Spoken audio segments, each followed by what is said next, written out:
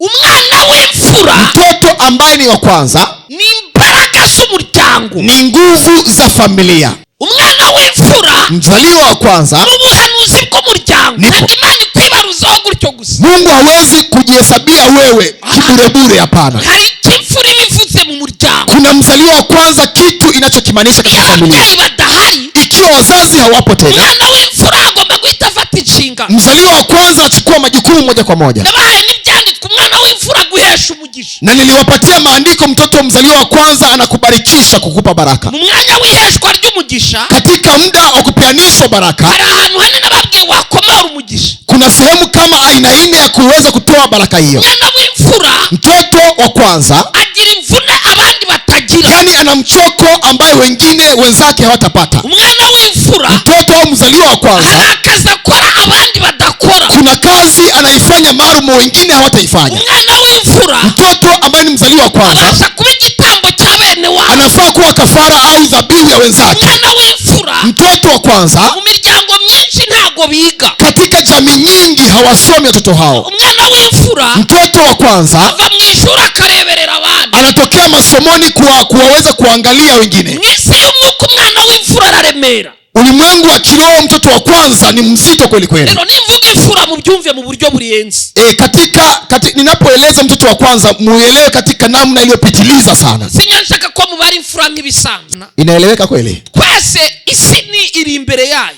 Sote dunia iko mbele yetu. hari icyanditswe mwasomye, Kuna andiko mliolisoma kivuga ngo Isiraheli yo inaeleza kwamba Israeli naye nayibarujeho nk'umwana w'imfura. ntabwo Imana ikwibaruzaho gutyo gusa. Mungu hawezi kujihesabia wewe kiburebure, hapana. hari ikimfura ibivuze mu muryango. Kuna mzaliwa wa kwanza, kitu inachokimaanisha katika familia. ababyeyi badahari, Ikiwa wazazi hawapo tena, umwana w'imfura agomba guhita afata inshinga. mzaliwa wa kwanza achukua majukumu moja kwa moja. nabahaye n'ibyanditswe umwana w'imfura guhesha umugisha. Na niliwapatia maandiko, mtoto mzaliwa wa kwanza anakubarikisha, kukupa baraka. mu mwanya w'iheshwa ry'umugisha, Katika muda wa kupeanishwa baraka, hari ahantu hane nababwiye wakomora umugisha. kuna sehemu kama aina 4 ya kuweza kutoa baraka hiyo. umwana w'imfura, Mtoto wa kwanza, agira imvune abandi batagira. yani ana mchoko ambaye wenzake hawatapata. umwana w'imfura, Mtoto au mzaliwa wa kwanza, hari akazi akora abandi badakora. kuna kazi anaifanya maalum wengine hawataifanya. umwana w'imfura, Mtoto ambaye ni mzaliwa wa kwanza abasha kuba igitambo cya bene wabo. anafaa kuwa kafara au dhabihu ya wenzake. umwana w'imfura, Mtoto wa kwanza, mu miryango myinshi ntago biga. katika jamii nyingi hawasomi watoto hao. umwana w'imfura, Mtoto wa kwanza ava mu ishuri akareberera abandi. anatokea masomoni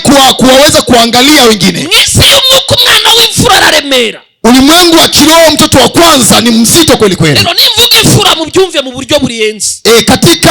Ninapoeleza mtoto wa kwanza, muelewe katika namna iliyopitiliza sana. sinyanshaka ko mubara imfura nk'ibisanzwe. Sihitaji muhesabu mzaliwa wa kwanza kama kawaida, mwiga ibintu ngo mubimenye nk'uko abandi babizi, au mjifunze vitu mkavitambue kama wenzenu walivyojua kawaida. oya siko bigomba kuba. Si ndivyo inafaa kuwa. twe twasoma tukabona kwicara, Andiko ambazo tutasoma tukaweze kukaa chini, reka turebemo iby'ingenzi ari byo tubasomera. tuangalie yale ya muhimu, tuwe ndio ya kuwasomea. Tusome amagambo y'Imana aboneka mu gitabo cyo Kuvayo. Tusome maneno ya Mungu katika kitabu cha Kutoka, Exodus, kitabu cha Kutoka cyangwa Kuva mu Rwanda, au Kutoka Rwanda. mu Rwanda ni ukuva, mu Kirundi ni kuvayo. Katika Kirwanda ni kutoka, lugha ya Kiburundi ni kutoka kule. Kuva 4:22, Kutoka 4:22. turibongere handi magambo, tutaongezea maneno mengine aboneka mu gitabo cyo Kubara 3:12 kugeza 13. Kitabu cha Hesabu 2:13. 3. Twongereho amagambo y'Imana, Zaburi ya 78. Tuongeze Zaburi ya 78. Murongo wa 51. Mstari wa 51.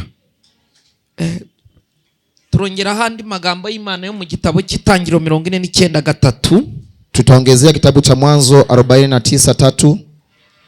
Mirongo ni myinshi nibo basoma iyo yonyine. Mistari ni nyingi sana, mkasome hiyo peke yake. Amen. Amen. Twihutire gusoma twumve. tukimbilie sana kwa haraka kusoma tusikie maandiko yanasema nini. ururimi ufitemo aho uvuga Lugha yote ulio nayo ni sawa. nushaka urasoma mu Cyongereza, usome mu Giswahili, usome mu Kinyarwanda, usome mu Kirundi, buri rurimi utaka rwose soma kwenye Kiburundi, Rwanda, English and Kiswahili, kila lugha yote ni sawa. kubimenyera yuko Mnafaa kuzoea kwamba Israeli Nairobi ni international. Israeli Nairobi Church ni international. Wasoma mu Gifaransa, Ukisoma katika Kifrenchi, Kiswahili, Cyongereza, wasoma katika Kizungu, kila lugha yote.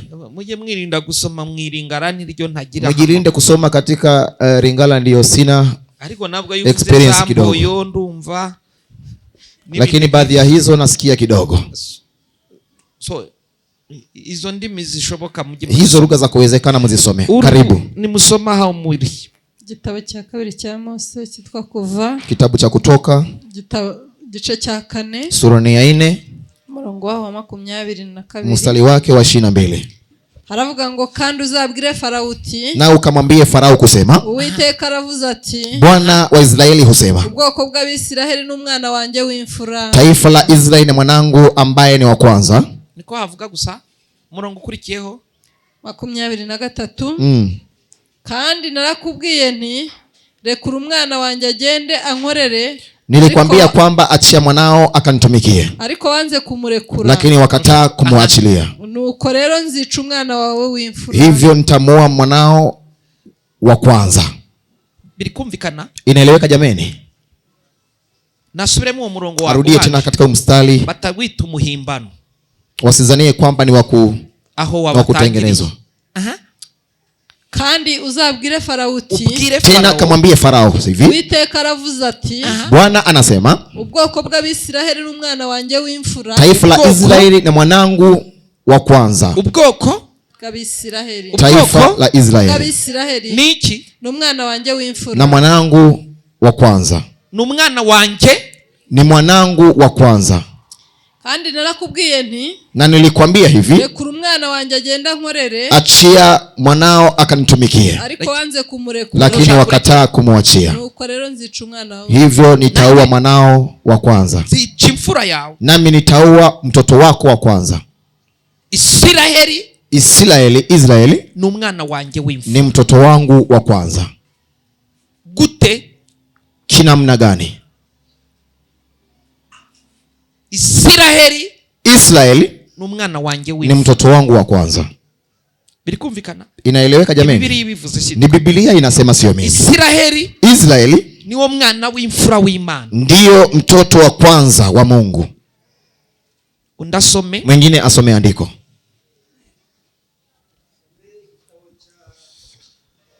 Kigira 4 cha Mose cyitwa Kubara, kitabu kinaitwa Hesabu, gice cyaho cya 3 umurongo wa 12, sura yake ni ya 3 mstari 12. ati raba jewe, kwamba ona mimi, tazama mimi nisobanuriye Abalewi mu Bisirayeli bandi, nimewatoa Walewi katika Waisraeli wengine, ngo babe mu gishingo cy'abana bose b'ubuzibura bwa Bisirayeli, badala ya watoto ya wanaote wa Israeli. Abalewi bose, Walawi wote bazoba banje niharije, watakuwa wangu wa kipekee. 13. Kuko abana bose b'imfura ari abanje, kwa kuwa hao wote wazaliwa wa kwanza ni wangu. ndabaza, ninauliza swali, Biblia inasema nini? kuko abana bose b'imfura, kwa kuwa abana bose b'imfura wazaliwa wote wa kwanza ni wangu, n'abanje, wote ni wangu. ku munsi nicira ko abana bose b'imfura, igihe nicaga siku niliyopiga kipigo cha watoto wa kwanza bo mu gihugu cha Egiputa, hata katika nchi ya Misri, niho nirobanuriye imfura zose zo mu Bisirayeli, hata nikachagua wote wakufu wa Israeli, nkazeza zote nikazitakasa, iz'abantu za watu bo n'uburiza bw'ibitunzwe, na pamoja na vinavyotunzwa au vyote bizoba ivyanje vya kumiliki, nduhoraho, vitakuwa vyangu. Amen. Mimi ni Bwana. Amena. amen. Amena. Zaburi ya 78, Zaburi ya 78 umurongo wa 51, aravuga ngo ikubita abana b'imfura bose bo muri Egiputa irabica, akapiga watoto wa kwanza wote Israeli akawaua. abo gukomera kwabo kwatangiriyeho bo mu mahema ya Hamu, watu wa kukomaa wao walioanzia katika hema ya Hamu, nta wundi uri ahandi, hakuna Tangiriro mwingine. Tangiriro 49 Kitabu cha 3. Mwanzo 49:3. Reubeni, uri imfura yanje, wewe ni mzaliwa wangu wa kwanza, n'inkomezi zanje, hata nguvu zangu, n'ubuzibura bwanje, hata hatima yangu. Warakarenzo mu cyubahiro, warakarenzo mu bubasha. Amen. Data mu izina rya Baba, Yesu, katika jina lako Yesu, tuguhaye ikaze na karibu. tunakupa karibu mahali hapa, Ikesha icyubahiro, ujitukuze mahali hapa muri rino teraniro, katika ibada yetu ya leo, wigaragaze na ukaonekane wiyerekane na ukadhihirike mu izina rya katika Yesu. jina lako Yesu Kristo. Tuvuge twese Tuseme sote amen. amen. Amen. Iyo bavuze imfura, Wanaposema wazaliwa wa kwanza, niyicarire mu kubaho naomba kw'Imana. mkae chini katika uwepo wa Mungu, Buri wese agabana umugisha. kila mmoja akaweze kupewa baraka. Nashaka kuganira namwe gato Ningependa kuzungumza nanyi kidogo, kugitangaza yani miujiza ama cha kushangaza, gipfunditse mu mfura. yani miujiza ambaye imefungiwa katika mzaliwa wa kwanza. Hari igitangaza Kuna muujiza mu mfura. katika mzaliwa wa kwanza. Niba wicaye aha, Ikiwa umeketi hapa wanyuzi ko hari y'imfura, kwenyu ukijua kunaye mzaliwa wa kwanza, uba ushaka ifoto yayo hafi aho yani tafuta picha yake hapo karibu muri telefone yawe. katika simu yako. Biri kumvikana ibyo mvuze? Inaeleweka kweli ninachokizungumza? Nshaka kuganira namwe gato ku mfura. Nahitaji nizungumze nanyi kidogo katika mzaliwa wa kwanza. Hari igitangaza gipfunditse mu mfura. Kuna miujiza ambaye imefunikwa katika mzaliwa wa kwanza. Iyo bavuze le premier ne cyangwa umwana wa icyavutse bwa mbere, Wakisema kilichozaliwa kwa mara ya kwanza, nega amatwi mwumve, mnitege masikio kidogo. mu Kigiriki Katika lugha ya Kigiriki, iyo bavuze premier ne cyangwa umwana firstborn, wakisema firstborn, biva ku ijambo prito. linatokea kwenye neno la plito. Iri jambo prito Neno plito ntabwo rivuga gusa ku bana. halielezi peke yake kuhusu watoto. Muri kunyumva? Mnanielewa jameni? Ntabwo bivuga gusa ku bana, Halizungumzi kuhusu watoto peke yake. Oya. Hapana. nuko ari twebwe Ni kwamba sisi tubihuza n'abana gusa. tunavikutanisha ama kuviunganisha na watoto peke yake. Hapana. Kandi niyo bari kudefinisa cyangwa basobanura, Na tena wakiwa wanatoa maelezo, umwana w'imfura w'umugabo, mtoto wa kwanza ambaye ni wa kiume, bo bamwita umugore yashatse. yeye wanamwita mwanamke aliyeoa. Aranyumvishije? Wamenielewa kweli? Umugore ushatse Mwanamke uliyeoa niwe babara nk'imfura. ndiye wanahesabu kama mzaliwa wa kwanza, firstborn. Ndavuga mu kwemera kwabo. Nitaeleza ama nitaongea katika imani yao. Iyo bari kuvuga prito, Wanaposema prito, ni ijambo rivuga ikibanjije. ni neno linaeleza kitu kilichotangulia. Icyo kintu cyabanje, Hicho kitu kimetangulia, kibanza mu byiciro byose. kinatangulia katika vitengo vyote. Ikintu cyose ubanjije, Kitu chote umekianzisha, niko bakibara. hivyo ndicho kinahesabiwa. Kugira ngo bamwe muri mwe muzi icyo bita umuganura.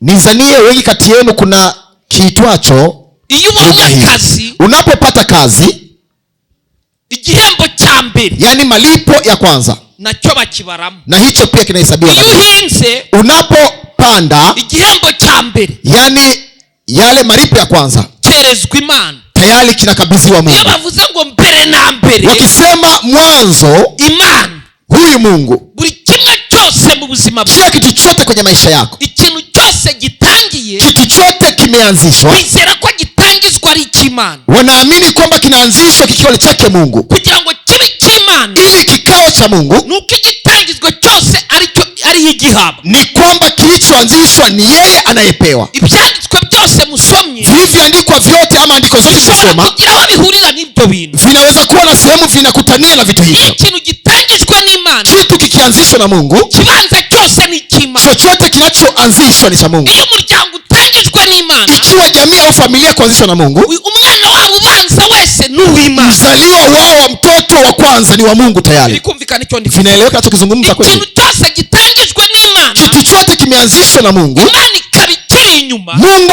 akiwa nyuma yake. Igiserutse cyose cya mbere, Chochote kimetokelezea cha kwanza, hugusia binadamu peke yake, ngo n'amatungo, hata mifugo, na buri kimwe cyose. hata chochote kitu. Iyo bavuze le premier ne, Wakisema kilichotangulia, cyavutse bwa mbere, kilichozaliwa kwa mara ya kwanza, baba bashatse kuvuga abantu hawahitaji kuzungumza kuhusu watu peke yake, n'ibintu muri rusange, hata vitu katika jumla, n'akazi ka mbere, hata kazi maamuzi ya kwanza ubonye uliyoipata, ubwawe n'Imana, na ikiwa umepewa na Mungu kazi hiyo, akwiye kumenya ko ako kazi ari ak'Imana. anafaa kutambua hiyo kazi ni ya Mungu tayari.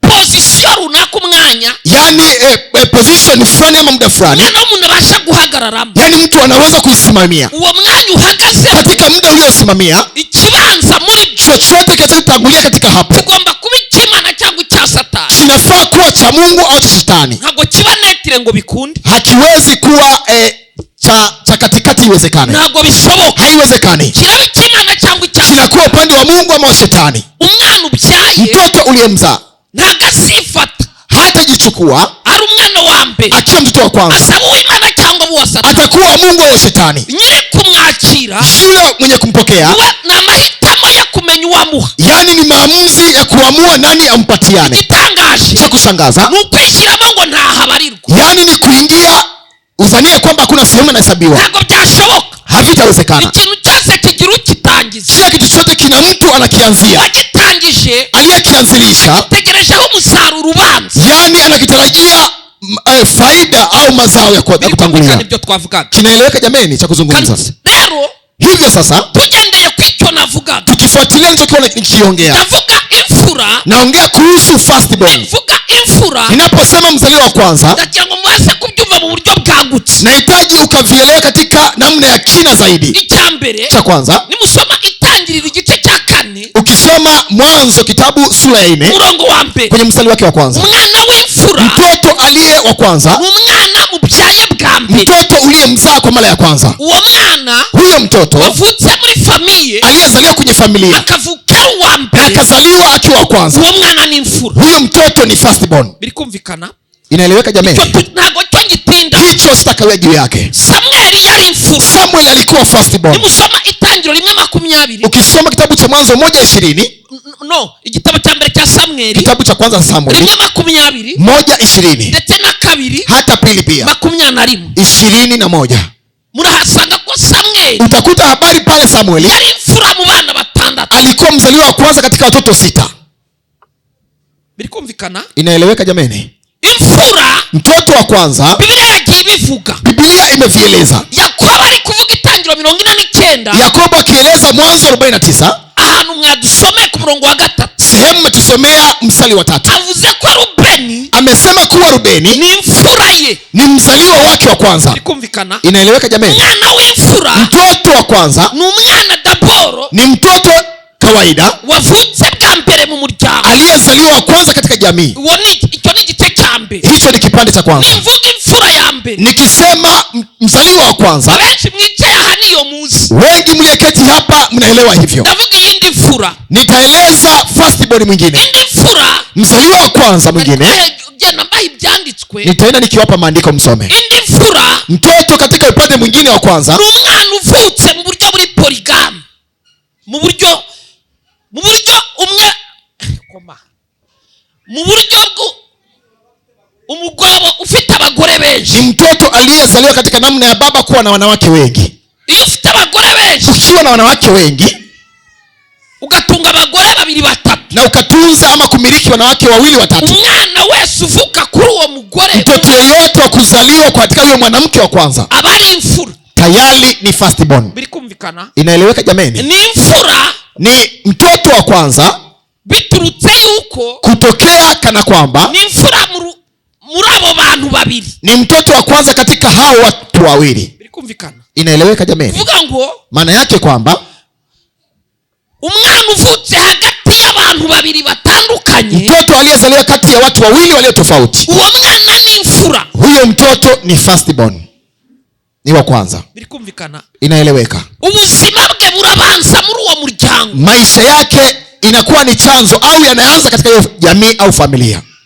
imbaraga zimurwanya, Nguvu ambazo ni za kumpinga zikomoka kuri famiye yawe yashatse n'ahandi ziratandukanye. zinatokea katika sehemu ya familia alikoolewa na ni tofauti. ushobora kuba imfura Waweza kutokea wewe mtoto wa kwa kwanza papa na mama wawe, kwa baba na mama yako, ariko kwa suru wa gatanu, lakini kwa baba yako binafsi wewe mtoto wa 5, cyangwa kwa mamuru wa kabiri. au kwa mama yako binafsi wewe ni wa 2.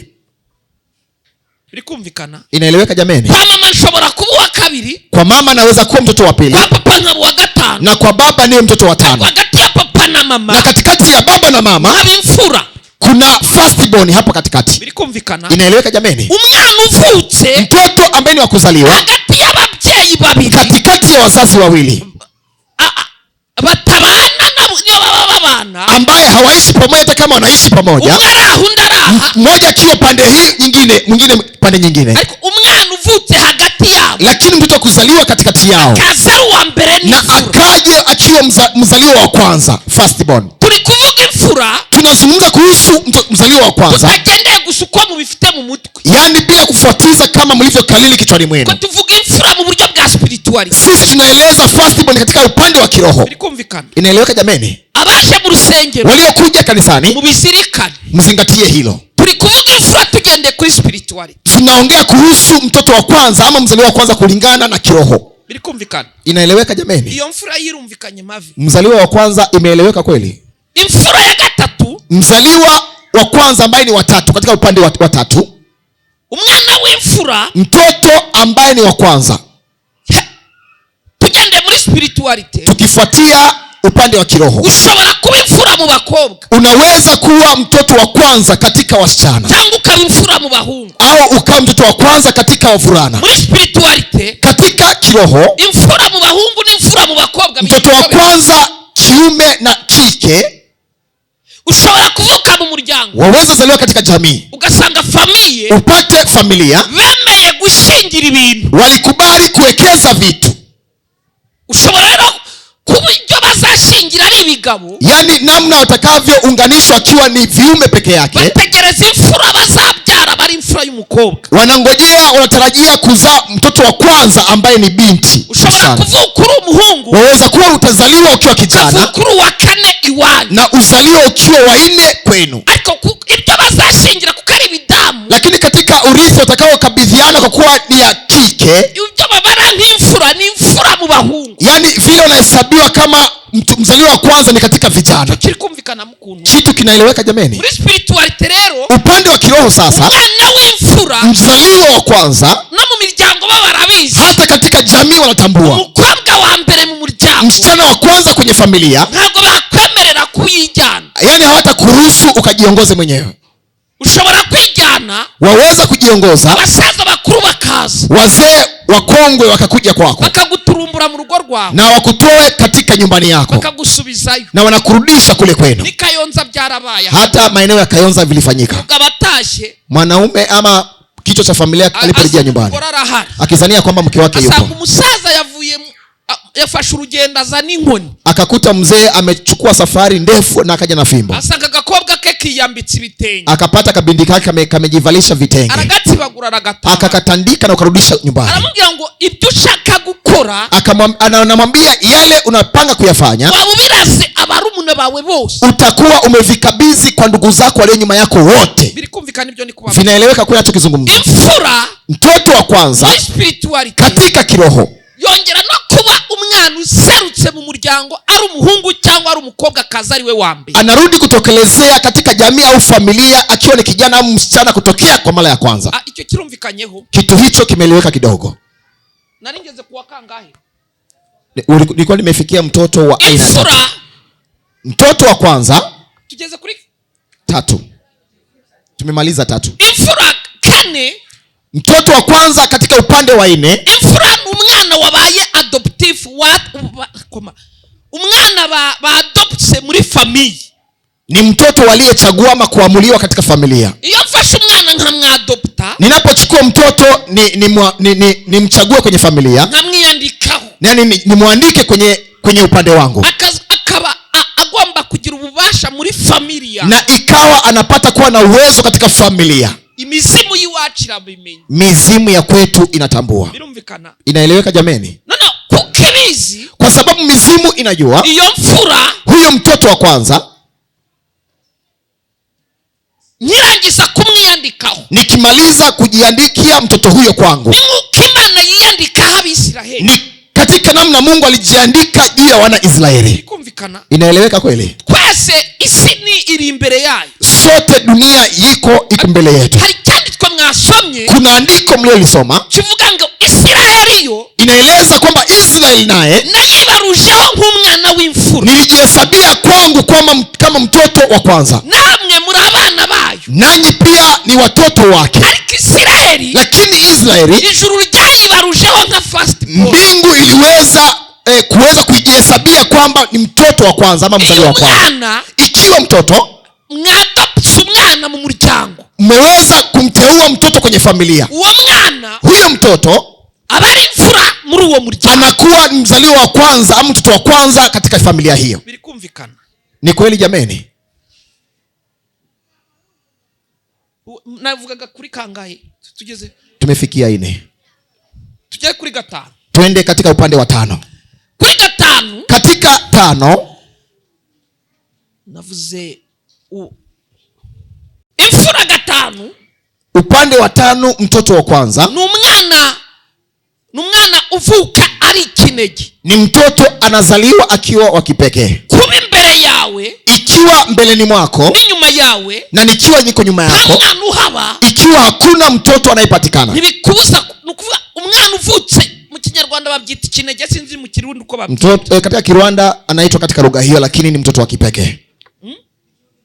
Ni ikinege, naho umwana w'ikinege Mtoto ambaye ni wa kipekee, nawe aba ari imfura, na huyo pia ni first born. ntabwo yitwa ngo ndi ikinege. Haitwi kwamba ni wa kipekee, Ni ikinege muri rusange, ni wa kipekee katika jumla, ariko ni imfura muri uwo muryango, lakini ni mzaliwa wa kwanza katika jamii hiyo au familia hiyo. okay.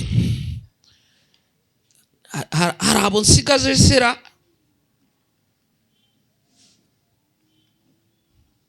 nari nsigaje abantu b'ingenzi.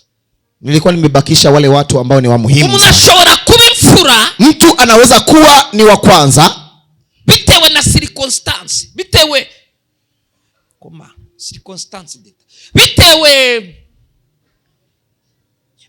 n'impamvu, yani kulingana na sababu maalum.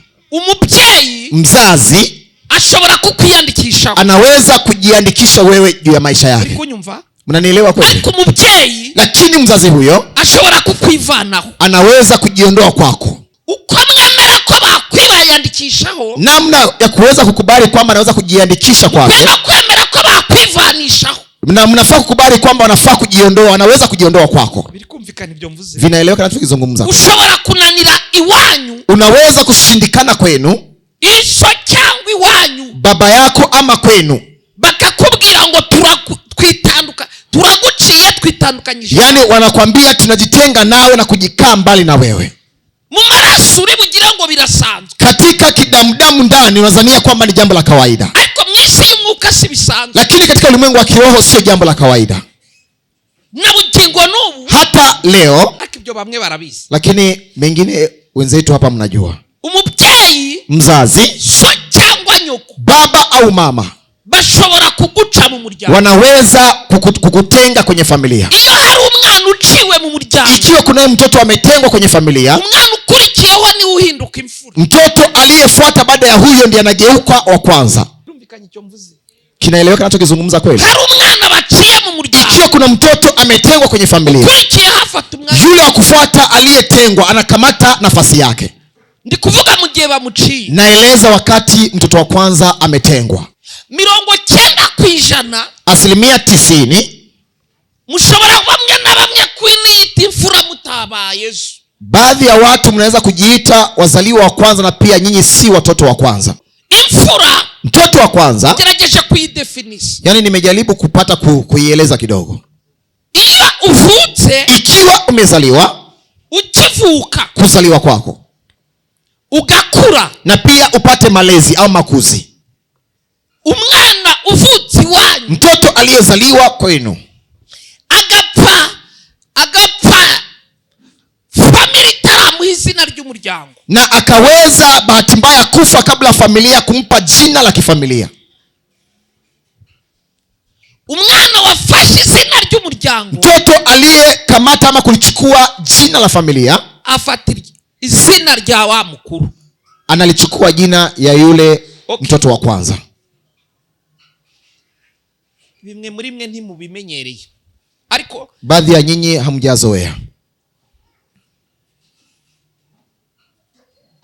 muzasome Mateyo 22 Msome kitabu cha Mathayo 22 24 mugeze 26 mstari 24 26. So iyo umuntu avutse, ikiwa mtu amezaliwa, mvukana na Mike, nikiwa nazaliwa pamoja tumbo moja na mchungaji, ubundi nkapfa, mimi nipate bahati mbaya kufa. muri kunyumva? Mnanielewa jamani? Iyo pfuye ubundi Bahati mbaya ninapokufa, amahame y'umuryango, yani kanuni au sheria za kifamilia, abakwiye gufata igihe mpfuye, ingelifaa ichukue wakati wa mimi kufa. ashobora gufata Mike akamuha madamu, Anaweza chukua Mike na kumkabidhi kwa mama mchungaji. biri kumvikana? Inaeleweka kweli? Iyo bamumuhaye, Wakiwa wamemkabidhi yule umwana uvutse, mtoto wa kuzaliwa katika tumbo hizo, ntagabarwa iyo mfura, sibarwa nk'imfura y'uyu. mtoto wa kwanza huo hahesabiki kama mtoto wa kwanza wa kwangu. Iyo mfura ni yanjye nubwo ntagihari. Huyo mtoto bado anahesabiwa kama yule mzee aliyekufa kama hayuko hai. Mtoto wa pili, huyu niwe mfura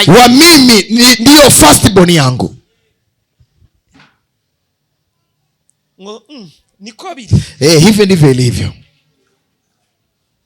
Ndikudefinisi mfura, najaribu kueleza kidogo kuhusu mtoto wa kwanza ama mzaliwa wa kwanza mu buryo bwa spirituel, katika namna ya kiroho. ntabwo ndikudefinisi mfura, sielezi mzaliwa wa kwanza mu buryo buri logique, katika namna ya logic, hapana, au utafiti, hapana. uyu wa mwana niba napfuye, ikiwa mtoto huyu alimezaliwa hata kama nimekufa, nta mwana mbyaranye na madamu, bila kuzaana na mtoto na mama mchungaji, kubasomye Biblia, katika waliosoma Biblia, kuri Tamari nicyo cyabaye, katika Tanali haya ndio matokeo yalifanyika. Tamali yanga murumuna we akikataa ndugu yake, yarabizi ko umwana ari bubyare, alikuwa anajua vizuri mtoto atakayemzaa. izo mbaraga ze za mbere, hizo nguvu zake za kwanza, aritirirwa grand frere, atahesabika katika damu ya ndugu yake mkubwa. Bikumvikana? Inaeleweka kweli? Iyo wavutse eshakireri kome, tatizo kubwa liko mahali hapa n'uburyo mfura ni kwamba namna mtoto huyo wa kwanza shobora kwiyitirira Mike, anaweza kujipachika ama kujiitia Mike. nibyo mu mubiri, ni kweli katika kimwili, ariko spirituel, muri buryo buri spirituel iyo mfura ni yanjye. Katika namna ya kiroho, mtoto mzaliwa huyo wa kwanza ni wa mchungaji. Bamwe mwicaye aha, baadhi ya watu mlieketi mahali hapa, ushobora no kwibwira ngo imfura ni uriya papa wawe, unaweza kuzania kwamba mtoto wa kwanza ni yule baba yako, ariko imfura ingana na se, lakini firstborn anatoshana na baba yake. iyo bavuze ngo imfura ingana na se, wanapotumia kauli ya kusema firstborn anatoshana na baba yake, nuko ubundi umwana wawe w'imfura ari uwaso, ni kwamba pengine mtoto wa kwanza au mzaliwa wa kwanza ni wa baba yake. baranyumvishije sicyo mvuze? Wamenielewa kwa ninachozungumza? Iyo washakaga, ikiwa unapata kuoa, umugore wawe yabanzaga kuba kwaso, mke wako alikuwa anatangulia kuishi kwanza kwa baba yake, kwa baba yako. niyo mpamvu imfura ingana na se. Ndio sababu mzaliwa wa kwanza au firstborn utoshana na baba yake. Baranyumvishije sibwo? Wamenielewa kweli? Baranyumvishije?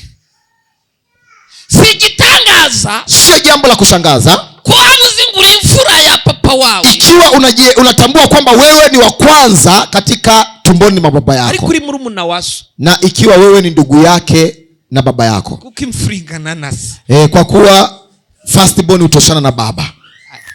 kandi bene uwo mukazana niwe wagiraga agaciro ubundi, na huyo mkaza mwana ndiye alikuwa akipata thamani zaidi kuliko mwingine. reka nikomereze. Uwo mukazana niwe wagiraga agaciro, huyo mkaza mwana ndiye alikuwa akipata faida zaidi ya wengine. wafashe mu biganza by'umuntu mwicanye ukamubwira ngo nyamara uvutse mu gihe cyiza. Chukua mkono wa mwenzako umwambie japo umezaliwa katika nyakati ngumu kweli, nyakati nzuri. Okay, kanikomereze. Acha tuweze kuendelea. Nari nyivuga kumfura, nilikuwa nikieleza kuhusu mzaliwa wa kwanza, sobanura kimfura, nikieleza kwamba mzaliwa wa kwanza shobora kuba ari umwana, anaweza pengine kuwa ni mtoto wa adopse, wibarujeho, ambaye umejiandikisha juu yako. Israeli twasomye ko yari imfura, tumesoma kwamba alikuwa ni mzaliwa wa kwanza. Mkumbuke kuwa uwo bita aitwaye Rubeni ni umwana w'imfura, ni mtoto wa kwanza, ariko se lakini baba yake amwivanaho na akajitenga naye akomeza ubutware yari afite. na akaendeleza umamlaka aliyokuwa nao. ndaza kuvuga hejuru y'imfura. Nitaeleza juu ya mzaliwa wa kwanza. hari ubutware isi bigutegerejemo. Yaani kuna mamlaka dunia ama ulimwengu unaingoja juu ya ndani yako. ntabwo Imana ikwibaruzaho gutyo gusa. Mungu hawezi kujihesabia wewe kiburebure, hapana. hari ikimfura ibivuze mu muryango. Kuna mzaliwa wa kwanza, kitu inachokimaanisha katika familia. ababyeyi badahari, Ikiwa wazazi hawapo tena, umwana w'imfura agomba guhita afata inshinga. mzaliwa wa kwanza achukua majukumu moja kwa moja. nabahaye n'ibyanditswe umwana w'imfura guhesha umugisha. Na niliwapatia maandiko, mtoto mzaliwa wa kwanza anakubarikisha, kukupa baraka. mu mwanya w'iheshwa ry'umugisha, Katika muda wa kupeanishwa baraka, hari ahantu hanini babwiye wakomora umugisha. kuna sehemu kama aina 4 ya kuweza kutoa baraka hiyo. umwana w'imfura Mtoto wa kwanza, agira imvune abandi batagira. yani ana mchoko ambaye wenzake hawatapata. umwana w'imfura Mtoto au mzaliwa wa kwanza, hari akazi akora abandi badakora. kuna kazi anaifanya maalum wengine hawataifanya. umwana w'imfura Mtoto ambaye ni mzaliwa wa kwanza abasha kuba igitambo cya bene wabo. anafaa kuwa kafara au dhabihu ya wenzake. umwana w'imfura Mtoto wa kwanza, mu miryango myinshi ntago biga. katika jamii nyingi hawasomi watoto hao. umwana w'imfura Mtoto wa kwanza ava mu ishuri akareberera abandi. anatokea masomoni kuwaweza kuangalia wengine. mu isi y'umwuka umwana w'imfura araremera. Ulimwengu wa kiroho, mtoto wa kwanza ni mzito kweli kweli. rero nimvuga imfura mubyumve mu buryo burenze. Ninapoeleza mtoto wa kwanza, muelewe katika namna iliyopitiliza sana. sinyanshaka ko mubara imfura nk'ibisanzwe. Sihitaji muhesabu mzaliwa wa kwanza kama kawaida, mwiga ibintu ngo mubimenye nk'uko abandi babizi, au mjifunze vitu mkavitambue kama wenzenu walivyojua kawaida. oya siko bigomba kuba. Si ndivyo inafaa kuwa ilivyo. twasoma gatoya, Tutaweza kusoma kidogo kubara 3:12. Hesabu 3:12. some mu izina rya Yesu. aha Haravuga ngo ubwanjye nikuriye Abalewi mu Bisiraheli, nikuriye Abalewi Peke mu yangu Bisiraheli, nimewatoa Walawi toka Israeli, aha mu cyimbo cy'abana b'imfura bose bo mu Bisiraheli. badala ya wazaliwa wa kwanza wote wa Israeli. Abalewi bose bazaba banjye, Abalewi bose bazaba banjye. Walawi wote watageuka wangu. munsi yawo agahita avuga Na chini 13 kuna andiko linasema nini? kuko abana b'imfura bose ari abanjye. Kwa kuwa hao wazaliwa wa kwanza wote wangu, ku munsi nicaga abana b'imfura bo mu gihugu cya Egiputa bose, katika siku ya kuwa watoto wazaliwa wa kwanza katika Misri, niho niyereje abana b'imfura bose bo mu Bisiraheli, ndipo nikawatoa wana wote wazaliwa wa kwanza wa Israeli n'uburiza bw'amatungo, na katika okay. udamu wa mifugo, banjye ndi Uwiteka. Okay. ili wakageuke kuwa wangu. soma kuva noneho Ndimi Bwana. 13 kuva. Soma kitabu cha Kutoka 13. duhuze ubundi mbabwira ibintu by'ingenzi. 13 soma kabiri numve. Soma mstari wa 2. Mweze uburiza bwose bwo mu Bisiraheli bubu bwanjye, mweze uburiza biri barumva suburiza.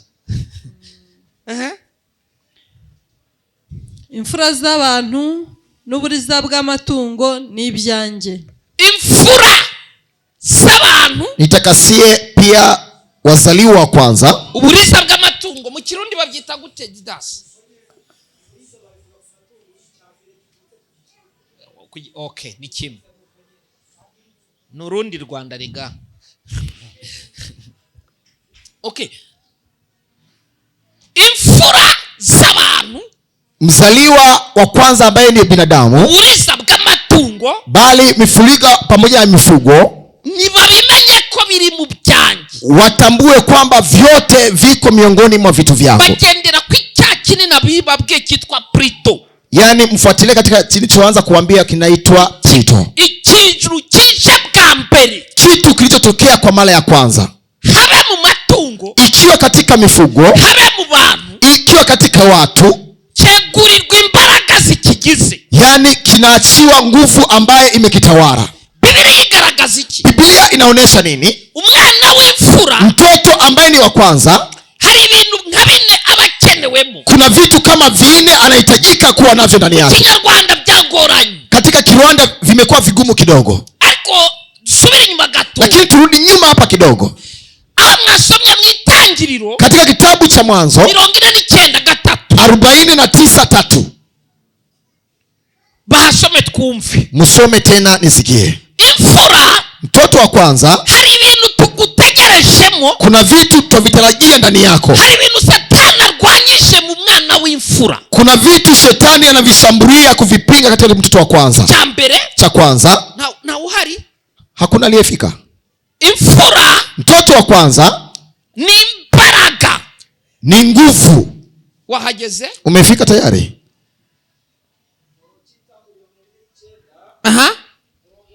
Wakupe microphone. 49:3. Rubeni uri imfura yanje. Rubeni uri imfura yanjye. Reubeni, wewe ni mzaliwa wangu wa kwanza. Ni ngomezi zanje. Wewe ni nguvu zangu. Ndashaka mubanze muzungu. Nahitaji kwanza mnielewe. Rubeni ni ngomezi zanje. Ni ngomezi. Ni force. Ni nguvu zangu. Mu Kinyarwanda mhanditse gute fe? Ni mbaraga. Reubeni ni nguvu zangu. Unyuve gato. Mnielewe kidogo hapa. Umwana w'imfura, mtoto ambaye ni wa kwanza, ni mbaraga z'umuryango, ni nguvu za familia. Kumvikana? Inaeleweka jameni? Umwana userutse ari imfura, mtoto wa kutokea akiwa ni first born, ni mbaraga z'umuryango, ni nguvu za familia. upfushije imfura ati biheko. Yani yule akufiwa na mzaliwa wa kwanza anatupa hilizi. Umwana w'imfura ni mbaraga z'umuryango. Mtoto mzaliwa wa kwanza ni nguvu za kifamilia. Success itagutsinda ku mwana w'imfura, yani ushindi ama kushinda kwa mtoto wa kwanza, ni ugutsinda kwa bamuri inyuma, yani ni kushinda kwa walio nyuma yake tayari. Kwa nivuga imfura, nikieleza kuhusu mtoto wa kwanza, imfura mu bice nayisobanuye, musikie mzaliwa wa kwanza katika vipande nimemueleza, kugira ngo utaza kwigira umwere kandi nawe uhari, ili usijifanye mtakatifu na wewe pia wewe ni miongoni mwao, ukananirwa kandi wari uhari, na ukashindwa na pia ulikuwa hapa. Kabiri, dukomeze. N'ubuzibura bwanje. N'ubuzibura bwanje.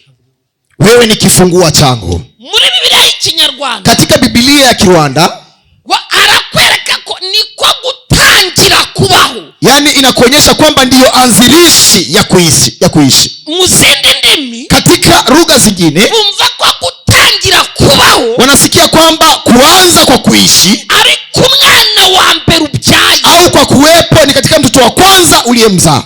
Abasore mwese muraha, vijana wote mlioko mahali hapa, mu zindi ndimi ho, katika lugha zingine, bazemera ko mwabayeho, watakubali kwamba mmepata kuishi ari uko mubyaye, ikiwa tayari nanyi pia mmezaa. Niyo mpamvu numvaga Edward, na ndio sababu mlikuwa mkisikia Edward ahagaze ari kubwira Tomasi ngo akisimama hapo kuambia ariko nkubashye double. Edward kwamba kawaida na kuheshimu, lakini nimetia heshima double. Birikumvikana icyo ndi kuvuga. Inaeleweka nachokizungumza. Gutangira kubaho, yani kuanza kuwepo, nukubyara, ni kuzaa.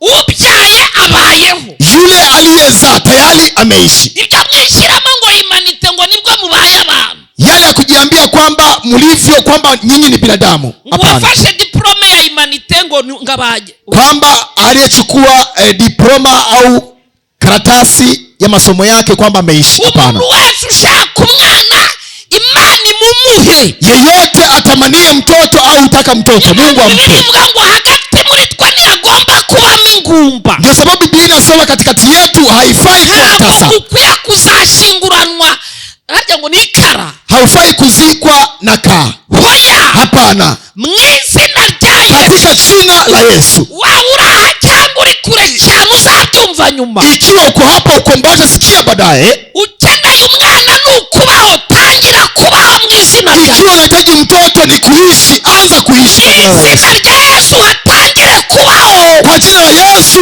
uanzilishwe kuishi. Haleluya. Haleluya. Haleluya. Haleluya. Kubyara ni ukuzuka, yani kuzaa ni kufufuka. mu mico isanzwe ya filosofi bantu, katika tabia za kawaida za filosofi bantu, iyo ubyaye ngo ubuzutse, unapozaa kawaida maelezo yao ni kwamba umefufuka. uwabyaye ntarangira, aliyezaa haishi kamwe. uwabyaye arakomeje, yani aliyezaa tayari anaendelea, uwabyaye amasezerano ye ntahama hanze, yani aliyezaa ahadi zake haziishi nje tena. ni Mana ya Aburahamu, Mungu wa Ibrahimu, Mana ya Isaka, Mungu wa Isaka Mana ya Yakobo, na Mungu wa Yakobo. uwabyaye amasezerano ye ntiyahera bikunda, Aliyezaa ahadi zake haziwezi kuisha iwezekane. ikidasohoreye kuri wowe gisohorera ku bwana, Kisichotimilika kwako kinatimia kwa mtoto wako. ndavuga ngo ni intangiriro yo kubaho ni bibiri bibi. Ninasema ni chanzo cha uhai, ni Biblia inasema. Ushaka mwana wese ahubwo amuhabwe Atamanie n'abatarashaka, mtoto apewe mtoto kwa jina la Yesu. mugire vuba vuba mushaka, Mfanye kwa haraka mkaowe mpate watoto. ubundi mwibone ifoto, Mkaweze kujiona picha yenu. hapana iriya mwirirwa mwifoto. Sio ile mnaishi kujipiga kwenye Sawa, simu izina zenu. ry'Uwiteka rihabwe. Jina la Bwana lipewe sifa. Narindi ku somye point ya gatatu. Mumesoma pointi ya 3. Aha. Oya aho yarari. Pale ambapo alipokuwa. Twari tuvuze imbaraga, Tulikuwa tumesema nguvu, kumenya gutangira aho ni uwagushobora kubyara muzindi ndimi nukurema, yule wa kuweza kuzaa. Katika lugha zingine, tafsiri nyingine, yani ni kuumba. Maana yake tumeanzia. Aha. Urushaho, Yule wa kuzidi, urushaho icyubahiro, yule wa kuzidisha heshima. kamba sasiri nzobi Niwaweke wazi kidogo, niyo mwarakara ndabivuga uko hata mkikasirika nitaeleza ilivyo. nuramuka ubyaye umwana, Ikiwezekana ukiwa umemzaa mtoto ukamurusha icyubahiro, na ikawa bahati nzuri unamzidi heshima, ukazamurusha kashi, na uje kumzidi cash money, imibereho, na pia ukamzidi uhalisia wa kimaisha, uzaba wararuhiye ubusa. utakuwa umechokea bure. Umuntu w'umunyamugisha, Yule mtu aliyebarikiwa, mwenye baraka, iyo ubyaye unapokuwa umezaa, umwana wawe azagira agaciro kukurusha, mtoto wako atapata umuhimu wa faida umwana kukuliko. wawe aziga amashuri wananiwe, Mtoto wako atasoma masomo uliyoshindwa. umwana wawe azarya ibyo utariye, Mtoto wako atakula kila usichokula wewe. umwana wawe azagenda mu ndege utagiye. Mtoto wako tembelea ndege ambayo hujahusika kutembea nayo. Aranyumvishije ra, Wamenielewa kweli? negetswe kurusha papa kashi, Na mlisho kuzidisha makupita baba yangu pesa, negetswe kurusha papa Bibiliya. na mlisho kupita baba yangu kuhusu elimu ya Biblia. Papa yapfuye ari pasiteri, Baba yangu alikufa akiwa mchungaji, ariko mu ijambo nari maze kumurenga. lakini katika neno la Biblia nilikuwa nimempita mbali. Uba ugomba kumuha ibyo ufite, Unafaa kumpa yale uliyo nayo, kongeraho n'ibindi wowe utamenye. na aongezee mengine wewe haukupata Iyo kuyajua. uvutse ntiwige, Unapozaliwa na usisome, sunika umwana wawe akiga akarangiza imanite, na usukume mtoto wako asome amalize university, umwana we wazajya mu university. mtoto wako ataelekea university. Biri kumvikana ibyo ndi kuvuga? Inaeleweka jameni? Aho wananiriwe, Sehemu ulishindiwa, azahera aho ngaho agukorere mu ngata. ataanzia hapo aguse katika vipinzo yako. Icyubahiro Ni heshima ya kwako. bitameze gutyo, Isipogeuka hivyo, iyo mfura nimuyisengera iravumye. mzaliwa wa kwanza huyo mkamwombea amelaaniwa. Birumvikana ibyo ndi kuvuga? Inaeleweka nachokizungumza kweli? Umwana udafite ubushobozi bwo gukorera se mu ngata nasengerwa aravumye. Huyo mtoto asiyekupata uwezo kuendeleza yale baba yake aombewe amelaaniwa. Birumvikana ibyo ndi kuvuga? Inaeleweka jameni?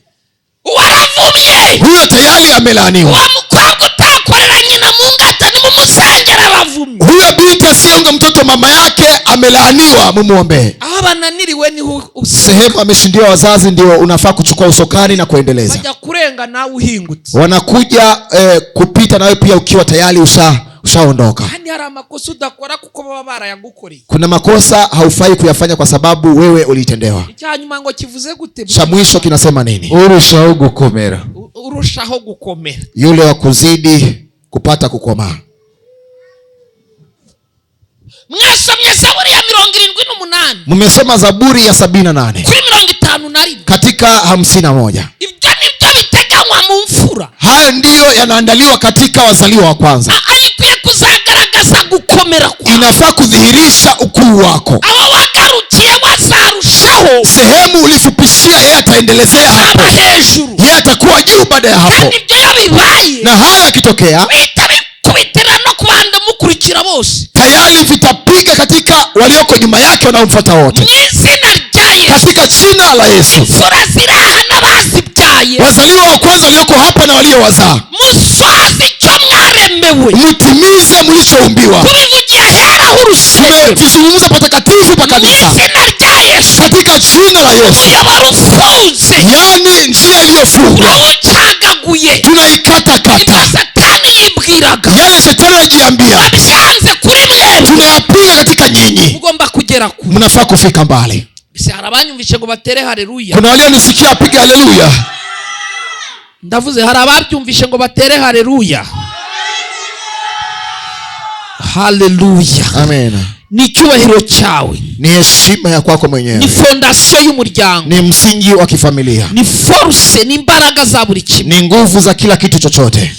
Umwana w'imfura Mzaliwa wa kwanza n'ubuhanuzi bw'umuryango. ni unabii wa kifamilia tayari. Abaroma 11:16, Warumi 14:16, 11:16 11:16. ya 11:16 nta uhari. 11:16. Aha.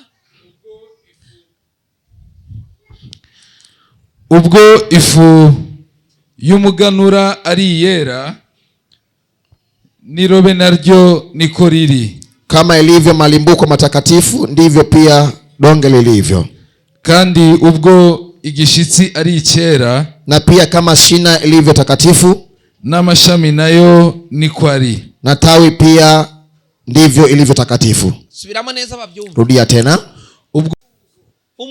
Umushuzo bwezu ari byera, aha, vikiwa ni malimbuko, n'irobe naryo niko riri, na pia na donge ndivyo. irobe naryo rigomba kuza ryera Na kuko donge, rinakomoka. donge pia linatokea mahali hapo. Aha. Inafaa kuja takatifu, kandi ubwo igishitsi ari icyera, Igishyitsi kibaye icyera, na shina ilivyo takatifu, n'amashami nayo niko ari. n'amashami matawi pia bikazamera. ndivyo itakavyokuwa. Amen. Gutsinda kwabo ni ugutsinda kwanyu. Kushinda kwao ni ushindi wa kwako pia. Mureke kubazanaho amajeri no kubatera amakudeta. Acheni kuwapiga mapinduzi na kuwaletea ujanja. Iyo batsinze namwe muba mutsinze, Wakishinda watoto na pia nyinyi wazazi tayari iyo mmeshinda. bazamutse namwe muba muzamuka. Wakiwa wamepanda viwango nanyi pia mmepanda. Nge mbuwa munani. Mimi ni mtoto wa 8. Nge mbuwa munani. Mimi ni mtoto wa 8. Nge nitwa new generation. Mimi naitwa new generation. Ndi wa munani. Mimi ni mtoto wa 8. Bandi new beginning. Mimi ni new beginning. Do re mi fa so la si do. Uoni ngewe. Huyo ni mimi tayari. Biri kumvikana. Inaeleweka jameni? Iyo umuntu abyaye umwana wa 7, Ikiwa mtu amepata fursa ya kuzaa mtoto wa 7, Giheburayo aba yujuje. Kiebrania tayari amepata ukamilifu. Iyo abyaye wa 8, Akiwa amezaa mtoto wa 8 yitwa new beginning. anaitwa new beginning. Nindi doyo mu bundi buryo, nurundi rubyaro rwo mu bundi buryo. Ni katika uzao wa namna nyingine ya kipekee. Biri kumvikana. Inaeleweka jameni? Biri kumvikana. Inaeleweka kweli? Iyo ni new beginning mu bundi buryo. Huo ni new beginning katika namna nyingine pia. Abahanuzi benshi bakunze kubaho ngaho no mu mfura. Wanabii wengi wanapenda kuishi maeneo hayo na katika uzaliwa wa kwanza. Aho batangendaho bakambaza byinshi. Na hapo tupaache stori za hapo, nisifuatiliwe na watu kuniuza maswali mengi. Kandi simbabwiye ngo mwese mugende mwuzuza 8 ngo mubyare indi generation. Na sijawaambia nyinyi muende mueneze watoto 8 na kuzaa generation nyingine, hapana. Ariko nabibutsaga yuko uwabyaye akuzuza 7 yarujuje. Na niliwakumbusha kwamba aliyezaa mpaka kufikia 7 aliweza kukamilisha. Uwa 8 watangiye indi generation. Mtoto wa 8 alianzisha generation nyingine. Icyumweru ni iminsi 7 regayo bigeze ku wa 7. Imana Jumapili au siku ya 7 ni siku nyingine, ndipo Mungu anatimiliza kila kitu. Ntago bahita bavuga ngo ku wa 8. Tayari hawahesabu kusema ni katika siku ya 8. Ku wa mbere mu yindi generation. Yani kunaanza siku ya kwanza katika generation nyingine. Kumvikana ibyo ndi kuvuga. Kinaeleweka nachokizungumza? Acha hapo tuweze kuachana na hiyo awamu. Nicho nanishatse kubamenyesha. Kile ambacho nakilenga kukieleza katika nyinyi ni mubasunike.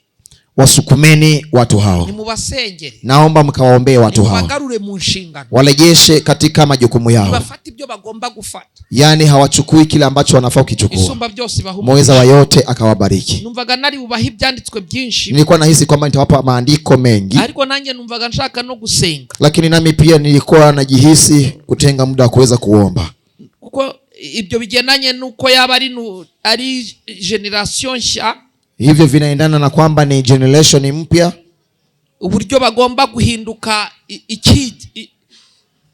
ibyananiye so ubujengu bisohoze, namna wanafaa kubadilika vilivyoshinda baba yako, wewe upo ukavitimize. Luka 22:31-32. Luka 21:31-32. Aho muraza kuhasoma nimugera mu rugo. Hapo mtasoma andiko hilo mkifika nyumbani kwenu. Rwambere rw'Abakorinto 1:15 kugeza 16 kufikia paka 16. Abaheburayo 1:6. Waebrania 1:6. Aho hose harabereka ko sehemu hizo zote itakuonyesha kwamba mwamutegerejwe kuzana impinduka, mnatarajiwa ama mnangojwa kuleta mabadiliko. kureba iminota higeze, ninaangalia dakika zimefika wapi, kuko numva dusubiremo ibyanditswe niko bansabye. Tuyarudie andiko tena. Mukuzana impinduka abo bana ni kuleta mabadiliko hao watoto. Murasoma mu gitabo cya Abaheburayo 1:6. Mtasoma Waebrania 1:6. Ahani navuze imfura mu byaremwe. Nimesema katika firstborn katika vilivyoumbwa. Kristo ni imfura muri twebwe. Hata Kristo ni firstborn katika sisi. Abakolosayo 1:15-16. Wakolosai 1:15-16. Abakolosayo 1:15-16. Wakolosai 1:15-16. Ahanyuma twari tubabwiye andiko la mwisho tumewaambia Luka, kitabu cha Luka twababwiye 20. Luka tumesema ni 21. 31. 31-32. Nta wabyanditse. Luka twari tubabwiye ko mufata Luka, tuko tumewaambia mchukue kitabu cha Luka 22:31-32. 22:31-32. Ariko hagira usoma hamwe mw'icyo cyanditswe, lakini awepo wa kusoma sehemu moja katika andiko hizo, kugira ngo tushake uko twinjira mu mwuka wo gusenga. Tutafute namna ya kuingia katika upande wa kuweza kuomba maombi yetu. Cyangwa Exode 11 muhere murongo wa mbere. Exodus 11 anzia mstari wa kwanza. Exode 10 kuva 11 murongo wa mbere. Kutoka 11 mstari wa kwanza. Niyo wageza kwa 5 ariko hata kufikia mstari wa 5, lakini muda utapatikana. Nibadusomera aho ngaho watusomee mahali hapo tukaweze kwenda kuomba. Bakolosai, yego, kitabu cha Wakolosai cha mbere n'umurongo wa 15. sura ya kwanza 15. Avuga ngo niwe shusho y'Imana itaboneka, yeye ndiye sura ya muonekano ya Mungu asiyeonekana, niwe fura mu vyaremwe vyose, yeye ndiye wa kwanza katika viumbe vyote, niwe mfura mu byagize gute, mu vyaremwe vyose, yeye ndiye wa kwanza katika viumbe vilivyoumbwa vyote, kuko muri we kwa kuwa ndani yake ariho vyose vyaremewe, ndipo vyote vikapata kuumbwa, ivyo mwijuru, vilivyoko mbinguni na vilivyomo duniani, ibiboneka, vya kuonekana na visivyoonekana, uri intebe z'icubahiro, kiti vya heshima, urubwami, hata enzini, hata ufalme, ubukuru, hata ukuu wote, urububasha na umamlaka, vyose vyaremwe nawe, vyote vikaumbwa naye, biremerwa kuba ivyiwe. Amen. Vikaumbiwa kuwa vyake. Amina. Vilikumvikana? Vinaeleweka kweli? Yesu ni premiere, yeye ndiye wa kwanza, niwe ni mukuru wacu, yeye ndiye mkubwa wetu, ntagagira isoni zo kubita bene se, hana haya au aibu ya kuwaita ndugu zake, niwe mfura mu byaremwe, yeye ndiye kiumbe cha kwanza katika vilivyoumbwa vyote. Haleluya, amen. So rero hivyo sasa, ubwo Yesu yatsinze, ikiwa Yesu alipata ushindi, twasomye icyanditswe, tumesoma andiko, gutsinda kwe, kushinda kwake Kristo kugomba kuvamo gutsinda kwacu. kunafaa kutokea pia ushindi wetu. Hizo andiko tumezisoma. Gutsinda umuganura kwera kwawo, yani kushinda marimbuko yake, nukwera kwirobe, ni utakatifu wa donge. Gutsinda kwa Yesu, ushindi ama kushinda kwake Yesu, ugomba kuvamo gutsinda kwacu. Kunafaa kutokea pia vile vile ushindi wetu. Nari kubaha ibindi byanditswe, ningewapa maandiko mengine, ariko iyo Imana ibasaba icyacumi, ikiwa Mungu anawaitisha fungu la 10, ushobora kuba imfura, waweza kuwa mzaliwa wa kwanza, ariko ntube premiere, lakini usiwe wa kwanza.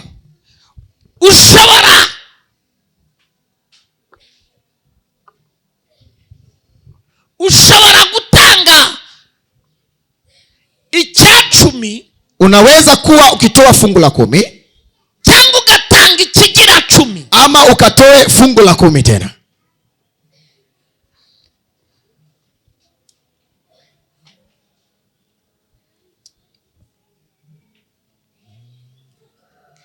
Kuvuga wakiwa wakisema icyacumi nka premier, n'ikibanza, wakisema fungu la 10 kama kinachoanza,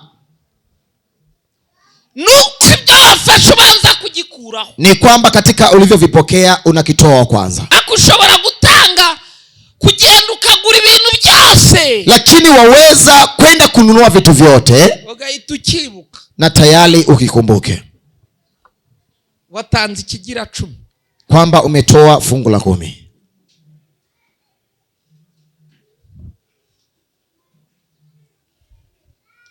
Kumana kwake Mungu, dignite cyangwa ubutware bwayo, umamlaka wake Mungu.